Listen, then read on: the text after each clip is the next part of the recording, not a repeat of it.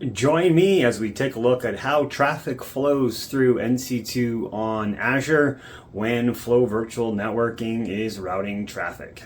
Nutanix Cloud Clusters NC2 puts a full Nutanix stack on bare metal servers inside your own Azure subscription.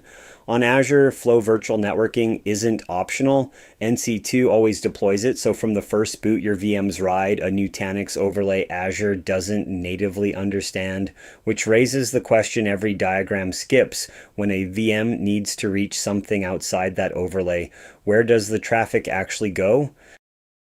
Start with what Azure sees. A cluster VNet holds the bare metal nodes running AHV and the controller VMs. A Prism Central VNet runs the control plane. Ordinary Azure networking with NAT gateways keeping the cluster manageable. Then NC2 deploys the piece that makes Azure different from AWS. On AWS, the gateway function runs distributed across the cluster's own bare metal hosts. No appliance any node can serve. On Azure, it inverts a Flow Gateway VM, a real separate Azure VM, and it carries every packet moving north-south, in or out of the overlay. It has two network interface cards, an internal one facing the Nutanix overlay, an external one facing the Azure network. Your VMs live somewhere else entirely, in a user VPC, in overlay subnets with their own private ranges, and they reach anything beyond through a transit VPC that's tied to that Flow gateway. Attach a NAT external subnet to a user VPC, and outbound gets simple. A VM sends a packet. The user VPC's route hands it to the transit VPC's NAT subnet, which is tied to the Flow gateway. The gateway takes the packet in on its internal network interface card and swaps the VM's private overlay address for a shared SNAT IP, an Azure native address hosted on its external network interface card. From there, the packet looks like ordinary Azure traffic. It exits through the same Azure NAT gateway any native VM would use. The VM's real address never left the overlay. No-NAT solves a different problem, direct reachability from the rest of your Azure network, a peered VNet, or on-premises over ExpressRoute or VPN. Here, the VM keeps its real overlay IP. Instead of translating it, you declare that range as an externally routable prefix, once on the transit VPC, once on the user VPC. No-NAT also rides its own lane. Alongside the NAT external subnet, the transit VPC carries a separate No-NAT overlay external subnet, and the ERP travels that, not the SNAT pool.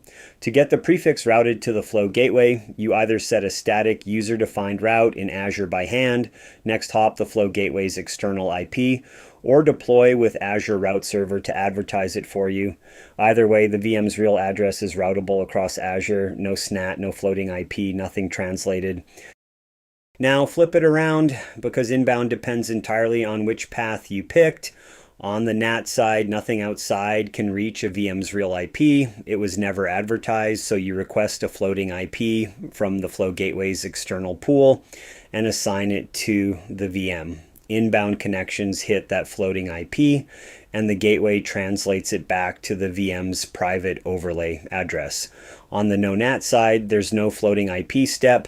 The UDR you wrote already points that VM's prefix at the Flow gateway's external IP, so inbound traffic addressed to the VM's own IP arrives on the transit VPC's No-NAT overlay external subnet. From there, it's routed, not passed through untouched. The Flow gateway hands it to the transit VPC router, which steers the packet to the AHV host running the target VM, then onto the overlay. The VM's real IP is preserved, nothing gets translated, but the packet is still routed to the right host.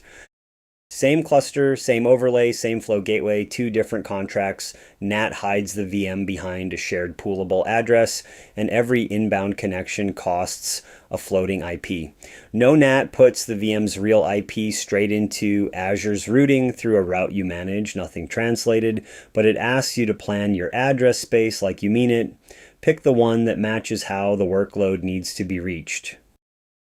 You are now armed to make better decisions earlier in the design process. Come back for more explainer videos on NC2. Give a like and subscribe to the Nutanix University, and we'll see you in the next video.